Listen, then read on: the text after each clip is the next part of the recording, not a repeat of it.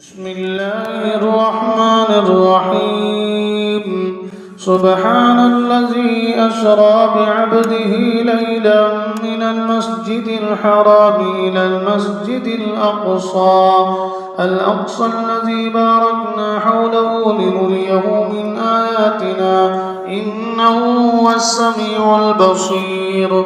وآتينا موسى الكتاب وجعلناه هدى لبني إسرائيل ألا تتخذوا من دوني وكيلا ذرية من حملنا مع نوح إنه كان عبدا شكورا.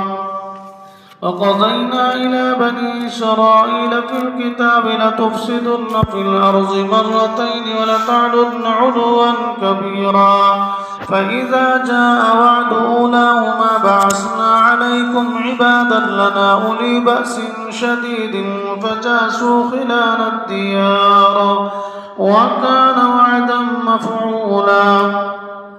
ثم رددنا لكم الكرة عليهم وأمددناكم بأموال وبنين وجعلناكم أكثر نفيرا.